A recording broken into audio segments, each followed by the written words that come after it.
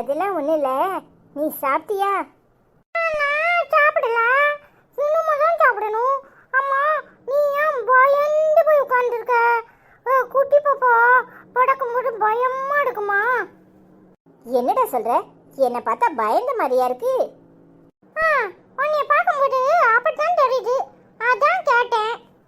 அதெல்லாம் ஒன்றும் இல்லை, என்னமோ வயிறு வலிக்கிற மாதிரியே இருக்கு, அதான் என்னடா ஒரு மாதிரி இருக்கேன்னு யோசிச்சுட்டு இருக்கேன். அப்போ அதை முதல்ல சொல்ல வேண்டியதானே? போடு போடு, நான் போய் அனிதம்மா கூட்டு வரேன். டேய், அதெல்லாம் ஒன்றும் வேண்டாம், அவ தூங்கிட்டு இருக்க போறா. அதெல்லாம் தூங்க மாட்டாளா? போடு, நான் போய் பார்த்துட்டு வரேன். ஏய், என்னாச்சுடி? ஏன் ஒரு மாதிரி உட்காந்துருக்கு? ஏய், என்னன்னே தெரியல அனிதா, ஒரு மாதிரி வயிறு வலிக்கிற மாதிரியே இருக்கு.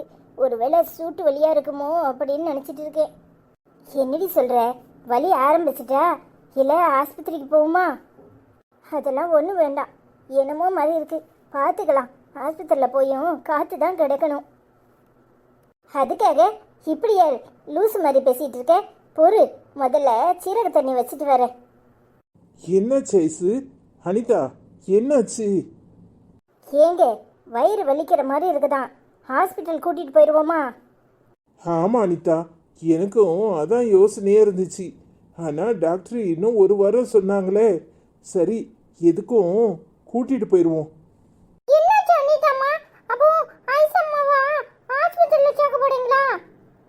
ஆமாடா, ஐசம்மா வயிறு வலின்னு சொல்லிட்டு இருக்கால, அதனால ஐசம்மாவை ஹாஸ்பிட்டலில் கொண்டு சேர்த்துட்டு அப்பா பார்த்துக்குவாரு. அப்பா உட்கார வச்சுட்டு அம்மா வரேன், சரியா? சரி அனிதாம்மா, ஆச்சியும் வரேன்னு சொல்லியிருக்காங்களா, ஆச்சியும் கூட்டிகிட்டு போ. சரிடா. வேண்டாம் அனிதா, நீ பசங்களை பார்த்துக்க, நான் அத்தான் கூட போய்க்கிறேன். ஏய், எப்படி தனியாக போவ? அதுவும் மழை வேற பிஞ்சிட்டு இருக்கு. உங்கள் அம்மா வரட்டும், அவங்களையும் கூட அனுப்பி விடுறேன். சரி அனிதா, போகிற வழியில் நாங்கள் அம்மாவை கூப்பிட்டுக்கிறோம், நீ இங்கே இரு. பசங்களை தனியாக விட்டுட்டு வர வேண்டாம், பசங்களை நல்லா பார்த்துக்கோ. அதெல்லாம் நான் பார்த்துக்கிறேன், நீ எதுக்கும் கவலைப்படாத. ஏங்க, ஆஸ்பத்திரியில் கொண்டு சேர்த்துட்டு உடனே எனக்கு ஃபோன் பண்ணுங்க. சரி அனிதா. ஐசு, மெதுவா எலும்பு, பார்த்து வா. அஸ்வினி, சண்டை போடக்கூடாது, அண்ணங்கிட்ட சண்டை போடாத. அனிதா அம்மாட்ட சேட்டை பண்ணாமல் இருக்கணும், சரியா? நான் பார்த்துக்கிடம்மா, அதெல்லாம் சண்டையெல்லாம் போட மாட்டேன், நீ பார்த்து போயிட்டு வா, சரியா? அதெல்லாம் அவனை நான் பார்த்துக்கிறேன், நீ இங்கே நினைச்சு கவலைப்பட்டுட்டே இருக்காத. நீ பார்த்து போயிட்டு வா, கிளம்பு.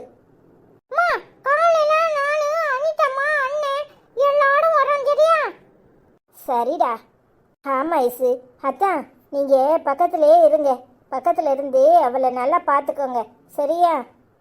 சரி அனிதா. என்னடா, வா சாப்பிட்டுட்டு தூங்கு. அனிதாம்மா, குட்டி பாப்பா படுக்கும்போது ரொம்ப வலிக்குமா? ஏன்டா அப்படி கேட்குற? ஆயிஷம்மா மோட்டில் பாடு, பயமா தெரியுது, அதான் கேட்டேன். அதெல்லாம் ஒன்றும் இல்லை, அதெல்லாம் டாக்டர் பார்த்துக்குவாங்க. குட்டி பாப்பா நல்லபடியாக பிறந்த உடனே ஆயிஷம்மா சிரிப்பா இருப்பா. இப்போ பயந்து போய் தான் இருக்கா, அதெல்லாம் பெருசுப்படுத்தக்கூடாது. பாவம் ஆயிஷம்மா. உனக்கு குட்டி பாப்பா வேணுமா, குட்டி தம்பி வேணுமா? குட்டி தம்பி வேண்டாம், அண்ணனுக்கு நான் தானே தம்பி இருக்கேன், எனக்கு குட்டி தம்பி வேண்டாம், 2 குட்டி தங்கச்சி தான் வேணும். ஓ, 2 குட்டி தங்கச்சி வேணுமா?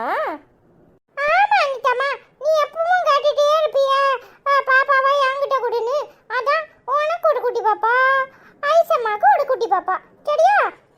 என்ன அனிதாம்மா முழிக்கிற?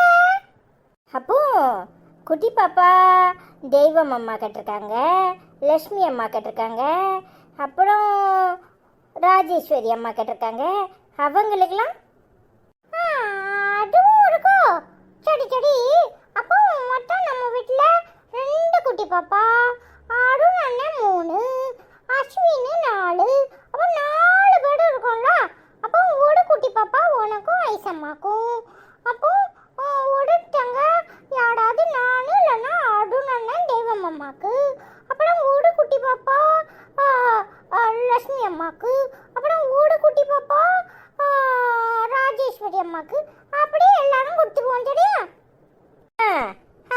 சரி, நல்ல வேலை. வருஷத்துக்கு ஒரு குட்டி பாப்பா பெத்து கொடுன்னு கேட்காம போனியே. அதுவும் நல்ல ஐடியாவா தான் இருக்கு. அன்னைக்கு அம்மா இன்னும் 2 குட்டி பாப்பா பெத்து கொடு, ஐஸ் அம்மா இன்னும் 2 குட்டி பாப்பா பெத்து கொடு. அப்போ நம்ம வீட்டுல நிறைய குட்டி பாப்பா இருக்கும். அதுவும் சரிதான். வா வா போய் சாப்பிடலாம். அனிதம்மா, எனக்கு ஒரு டவுட். இப்போ அப்பா ஹாஸ்பிட்டலுக்கு ஐஸ் அம்மாவை கூட்டிட்டு போயிருக்கு. உடனே குட்டி பாப்பா பிறந்துருமா? தெரியலையே. உடனே குழந்தை பிறந்துட்டா அப்பா உடனே நமக்கு ஃபோன் பண்ணிடுவாரு. இல்லை, காலையில் தான் பிறக்கும். அதுவும் சரிதான். சரி, வெயிட் பண்ணிட்டு இருப்போம். வா போய் சாப்பிடுவோம். சார், நீங்கள் வெளியே இருங்க. அவங்களுக்கு இப்போ தான் அனஸ்தீசியா கொடுத்துருக்கோம். மயக்கத்தில் இருக்காங்க. சிசேரியன் தான் பண்ணணுமா டாக்டர்? ஆமாம் சார், அவங்க கண்டிஷன் ரொம்ப மோசமாக இருக்குது. அவங்களுக்கு நார்மல் டெலிவரி பெற்றுக்கிறதுக்கு சான்ஸே கிடையாது. அதனால் சிசேரியன் பண்ணி தான் குழந்தைய வெளியே எடுப்போம். ஏன் டாக்டர், நான் இங்கே இருக்கக்கூடாதா? நீங்கள் இருக்கலாம், ஆனால் வேண்டாம். திடீர்னு உங்களுக்கு அவங்கள பார்த்து ஏதாவது டென்ஷன் ஆயிட்டா அப்புறம் எங்களுக்கு கஷ்டம். அதனால் நீங்கள் வெளியவே வெயிட் பண்ணுங்கள் சார். டாக்டர், ஐஸுக்கு எதுவும் ஆகாதுல்ல? ஏற்கனவே பேசினது தானே சார். அவங்க கண்டிஷன் உங்களுக்கு நல்லாவே தெரியும். பின்னையும் இப்படி ஒரு கேள்வி கேட்குறீங்க. முடிஞ்ச வரைக்கும் நாங்கள் நல்லபடியாக குழந்தையும் தாயும் காப்பாற்றுறதுக்கு முயற்சி பண்ணுறோம்.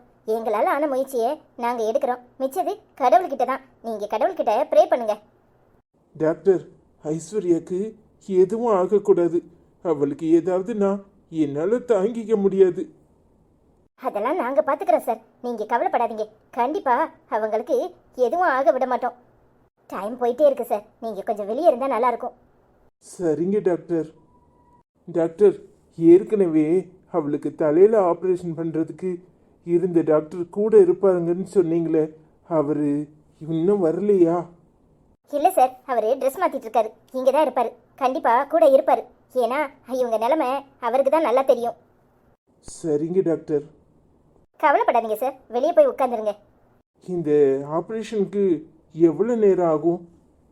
நார்மலாக சிசேரியனுக்கு எப்படியும் ஒரு 30 minutes to 1 hourக்குள்ளே நாங்கள் சிசேரியன் பண்ணி முடிச்சிருவோம். ஸ்டிச் எல்லாம் போட்டு அப்புறம் அவங்க மயக்கம் திரும்புறதுக்கு எப்படியும் 1 மணி நேரம் ஆகும். ஆனால் இவங்க கண்டிஷன் கொஞ்சம் மோசமாக இருக்கிறதுனால கூட ஒரு 1 மணி நேரம் ஆகலாம். எப்படியும் 2லேருந்து 3 மணி நேரம் ஆகும் சார். சரிங்க டாக்டர், நான் உங்களை தான் நம்பியிருக்கேன். ஐஸ்வர்யாவுக்கு எதுவும் ஆயிடக்கூடாது. அவளுக்கு ஏதாவதுன்னா என்னால் தாங்கிக்க முடியாது. சரிங்க சார், வெளியே இருங்க. Okay doctor. மேடம், ஃபீஸ் எவ்வளவு கட்டணும்னு சொன்னீங்கன்னா நான் ஃபுல்லாக பே பண்ணிடுவேன். சார், ரூம் வாடகைலாம் தனியாக பே பண்ணணும். இப்போ 30,000 ரூபா மெடிசனுக்கு மட்டும் கட்ட சொல்லியிருக்காங்க. சரிங்க மேடம், கார்டில் பே பண்ணிடுங்க. சார், கொஞ்சம் வெயிட் பண்ணுங்க. நெட்வொர்க் ப்ராப்ளமாக இருக்குது. சரிங்க மேடம். அத்தை, உங்களுக்கு காஃபி வாங்கிட்டு வரட்டா? இல்லை மாப்பிள்ள, எனக்கு எதுவும் வேண்டாம். மனசு என்னவோ போல இருக்கு. குழந்தை நல்லபடியாக பிறக்கட்டும். ஐஸ்வர்யாவுக்கு எதுவும் ஆகக்கூடாது. எனக்கு மனசு என்னமோ மாதிரி தான் இருந்துக்கிட்டு இருக்கு. நான் முதல்ல ஐஸ்வர்யா கண்ணு முழிச்சதும் அவளை பார்க்கணும். அப்புறம்தான் பச்சை தண்ணி பல்லில் படும். ஏம்மா, அதெல்லாம் தங்கச்சிக்கு ஒன்றும் ஆகாது. நீ சும்மா எதையாவது மனசை போட்டு குழப்பிக்கிட்டு இருக்காத. ஏலே, நீ சொல்லுதே, எனக்கு என்னமோ போல இருக்கு. ஒரு மாதிரி படபடப்பா வருது. ஐஸு கண்ணை முழிச்சாதான் எனக்கு நிம்மதி. அவளுக்கு மயக்க மருந்து கொடுத்து அவ கண்ணை மூடி படுத்திருக்கிறத பார்த்த உடனே எனக்கு என்னமோ போல ஆயிட்டு. அதான் இங்கே வந்து உட்காந்துட்டேன். ஏம்மா, சிசேரியன் பண்ணோன்னா மயக்க மருந்து கொடுக்க தானே செய்வாங்க. என்ன மண்ணாங்கட்டி இலவுவளோ, ஒரு இலவும் புரிய மாட்டுக்கு. நாங்கெல்லாம் இப்படியா குழந்தை பெற்றுக்கிட்டோம்? வீட்டிலே தான் குழந்தை பெற்றுக்கிட்டோம். ஆனால் இப்போ ஆஸ்பத்திரி அது இதுன்னு அலையும் போது என்னமோ போல இருக்கு. ஏற்கனவே அவளுக்கு தலையில் அடிபட்டு அவள் ஆப்ரேஷன் பண்ணும்போது நான் துடிச்சே போயிட்டேன்.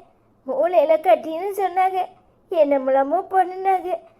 அவள் மீண்டு வர்றதுக்குள்ளேயும் எனக்கு போதும் போதுன்னு உயிரை கையில் பிடிச்சிக்கிட்டு இருந்தேன். இப்போ இதில் இது வேற. அத்தை, கவலைப்படாதீங்க. ஐஸ்வர்யாவுக்கு ஒன்றும் ஆகாது. பிள்ளையில வேற வீட்டில் விட்டுட்டு வந்திருக்கா. அனிதா வேற பாவம், அவ ஒத்தையில கிடந்து பிள்ளையில எப்படி சமாளிப்பா? நீங்க வேணா வீட்டுக்கு போங்க, நாங்க இருந்து பார்த்துக்கிறோம். அத்தை, அதெல்லாம் ஒன்றும் இல்லை. அனிதா எல்லாரையும் பார்த்துக்குவா, நீங்கள் கவலைப்படாதீங்க. ஏல, உங்க அப்பாவுக்கு போன போட்டு இம்புட்டு நேரம் ஆயிட்டு என்ன பண்ணிட்டு கிடக்காரு? ஆட்டோ கிட்ட கிடைச்சிச்சே என்னமோ, ராத்திரியில வண்டி கிடைக்காம திணறிக்கிட்டு நிப்பாரு. நீ போய் பைக்கில் கூட்டிட்டு வா. சரிம்மா, அப்பாவை போட்டு ஏமா இப்படி படுத்துற? ராத்திரி போல அப்பாவுக்கு எதுக்கு ஃபோன் அடிக்கணும்? ஏல, அவர் வீட்டில் கிடந்தாலும் நிம்மதியே இருக்க மாட்டாரு. நான் உன் கூட வண்டியில் வந்துட்டேன், இல்லைன்னா அவர் உன் கூட வண்டியில் வந்திருப்பாரு. போ, அவரை போய் கூட்டிட்டு வா. சரிம்மா. இல்ல தம்பி, என்னடா ஆச்சு? என்னத்துக்கு இப்படி உம்முன்னு உட்கார்ந்துருக்க? அதெல்லாம் ஒண்ணும் இல்லைண்ணே. ஐசம்மா பாவம் ராத்திரியே ஹாஸ்பிட்டலுக்கு போச்சா, என்னாச்சோ ஏதாச்சோன்னு தெரியல. அப்பாவும் போன் போடல, அதான் என்னமோ மாறி இருந்துச்சு. பாப்பா பிறந்திருப்பாளா இல்ல இன்னும் பிறக்கலையா அப்படின்னு தெரியல. அதான் யோசனையா இருக்குது.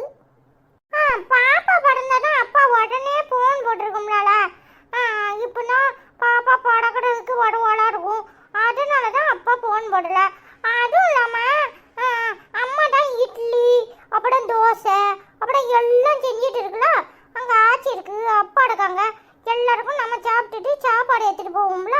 அப்போ தெரிஞ்சிடும்ல பாப்பா பிறந்திருக்காளா பிறக்கலையான்னு. அதுவும் சரிதான், அப்ப தெரிஞ்சிருந்தான். ஏனே பாப்பா பறக்கிறதுக்கு 2 நாள் ஆகும். அது தெரியல தம்பி. பாப்பா பறக்கிறதுக்கு 1 நாள் தான் அம்மா எடுக்கும். நேற்று நைட்டு தானே அம்மா போயிடுக்காங்க, அதனால அப்போ காலையில பாப்பா பறந்துருமா இருக்கும். பாப்பா பறந்த உடனே என்னையும் உன்னையும் அவளுக்கு தெரியுமானே, நம்மள வந்து ஓடி வந்து கொஞ்சுவாளானே. அது எப்படி இல்லை தம்பி தெரியும். பாப்பா பறந்த உடனே சின்ன பிள்ளையா படுத்திருப்பா. நம்ம பக்கத்து வீட்டு சரோஜா ஆண்டி பாப்பா பறந்துருக்கும் போது போய் பார்த்த மாதிரி அந்த பாப்பா அந்த மாதிரி கண்ணை மூடிட்டு இப்படி படுத்திருப்பா. அப்புறமா அப்படியே முழிச்சு பாப்பா. அப்புறம் கொஞ்சம் நாள் கழிச்சு தான் நம்மளெல்லாம் தெரியும். அன்னைக்கு நம்ம லல்லி கூட குட்டி போட்டுருந்துச்சு. அப்போ அதுக்கு ஒண்ணுமே தெரியாம பாக்ஸ்ல படுத்து கிடந்துச்சுல, நம்மளெல்லாம் அடையாளமே தெரியாம அவ அம்மாட்ட பால் குடிச்சிட்டு சுப்பு சுப்பு சுப்புன்ட்டு அப்படியே கண்ணு மூடிட்டே கிடந்துச்சு. அப்படியானே? ஆமாம் தம்பி, பெரிய பிள்ளைய ஆனப்பட்டதானே நம்மகிட்ட இருந்து மடியில உட்காந்து ஆடி விளாண்டுச்சு. அந்த மாதிரி தான் பாப்பாக்கு 1 வயசு ஆன பிறகுதான் நம்மகிட்ட வந்து விளாடுவாளா இருக்கும். 50 நாள் வெயிட் பண்ணணுமானே? ஆமால தம்பி, அது கொடை கொடன்னு 4 ஓடி இருந்துருமா. பாப்பா அப்படியே வளர்ந்துருவா. அப்புறம் பாவடை சட்டை போடுவா, அப்புறம் பெரிய விளையாடுவா, அப்புறம் பாவடை சட்டை தாவாணி அப்படி போடுவா. அப்புறம் அம்மா அம்மாடி சேலை கட்டுவா. அப்ப நம்ம மட்டும் வளரவே இல்லைனே, நம்ம டவுசரே போட்டிருக்கோம். அப்புறம் நம்ம டவுசரும் பேண்டும் தான் போடுவோமா? ஆமால தம்பி, நம்ம டவுசரு பேண்டு வேஷ்டி அப்படிதான் கட்டுவோம். பொம்பளை பிள்ளைகளுக்கு தான் நிறைய ட்ரெஸ் தெரியுமா. அப்படியே பாவடை, அப்புறம் பாவடை சட்டை, அப்புறம் தாவாணி, அப்புறம் லகங்கா, அப்புறம் சேலை, அப்புறம் சுடிதாரு, அப்புறம் பேண்ட் சட்டு அப்படி நிறைய போடுறாங்க தெரியுமா.